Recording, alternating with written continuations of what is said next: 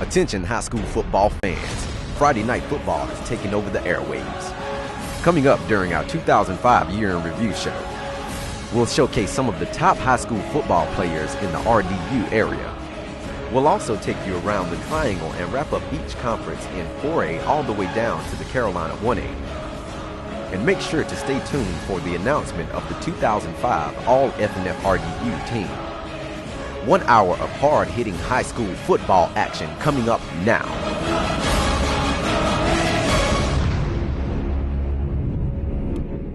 I believe the kids call that getting crunk. They game turned good shit, that's all I know.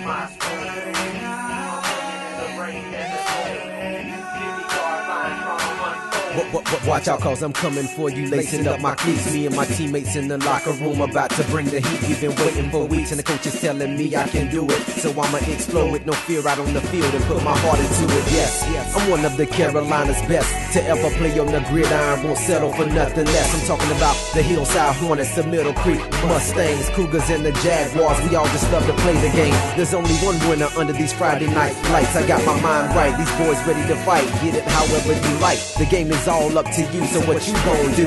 Carolina football at FNFRDU.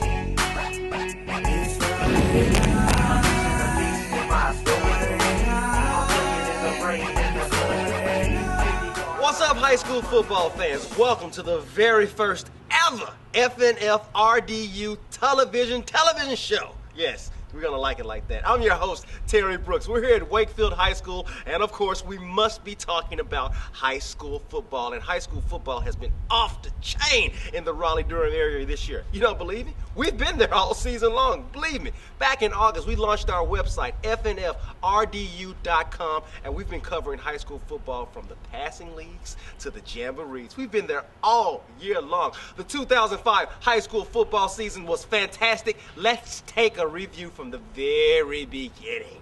Triple S welcome back the Hornets and the Fuquay Arena Bengal Tigers for the Spartan Fest preseason jamboree. This time, it was the Spartans who stood strong on their home field, overcoming Hillside at the end of the day. 2 days later at Garner, the Trojans hosted Harnett Central, Clayton, and Athens Drive for a little jamboree action of their own. Both Trojans, Garnett and Harnett Central, looked exceptional.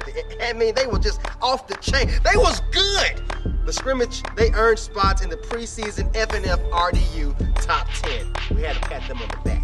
And capping off the preseason, how about a little pigskin preview action? It was the 13th annual pigskin preview featuring some of the best high school teams from across Central North Carolina. Wake Forest, Roseville, and East Wake won their respective groups during the day, but the highlight of the day had to be the Group 4 final. Southern Durham battling Southeast Raleigh to a draw. Both teams earning a share of the Hog Trophy. Here at Wakefield, the Wolverines hosted a jamboree of their own. As a matter of fact, there were a lot of teams from the FNFRDU area in attendance. We had Cary, we had Middle Creek, we had Chapel Hill, and of course, the hosting Wolverines. The jamboree gave high school football fans their first look in 2005 of Cary's superstar running back, Josh Adams. I had to pat this kid on the back plenty of times during the season. Adams spent most of last summer on the shelf nursing a severely sprained ankle. He came back hungry. Let's just say Adams showed no lingering effects from the ankle injury.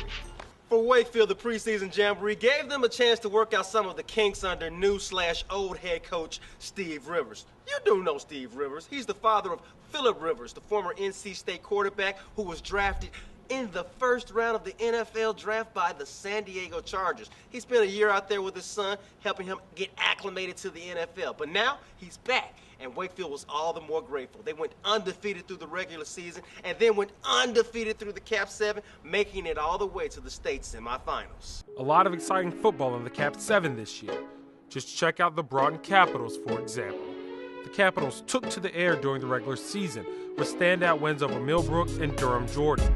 Junior quarterback Josh Price led the area in passing with well over 2,500 yards. Across town at Enlow, Greg Williams had the Eagles celebrating a state record in Week 6. Williams set the single-game rushing mark with 484 rushing yards during a 45-43 loss to Leesville Road. Sharif Graves was another big-time runner in the Cap 7. Graves buried defenses for over 1,400 yards in 2005, but it wasn't enough for the Wildcats. Millbrook would finish 4th in the Cap 7 after a severe end-of-season slump. All hail the Wakefield Wolverines, who reigned supreme in the Cap 7 this year. Wakefield's dream season began last summer when the team got word of the return of head coach Steve Rivers.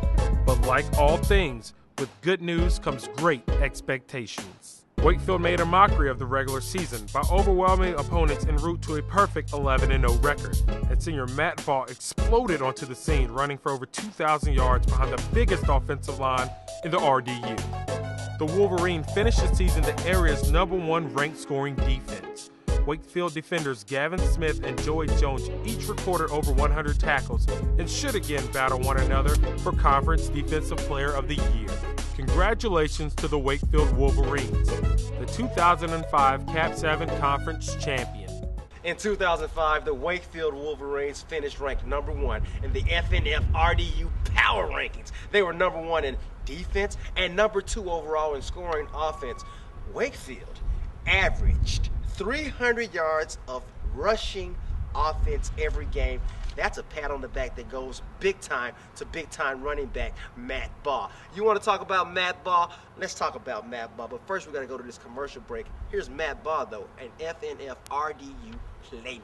Matt Ball of the Wakefield Wolverines truly exploded onto the scene during the 2005 season. A virtual unknown after sitting out a majority of his junior year due to injury, Ball wanted to make up for lost time by making the most of his senior year. Ball has amazed Wolverines fans all season long with his deceptive breakaway speed and an incredible knack for finding the end zone. Ball, however, believes his 2,000-plus yards rushing and 30-some touchdowns are directly related to the hard work put forth by his offensive line. Congratulations to Matt Ball of the Wakefield Wolverines, a 2005 FNFRDU playmaker.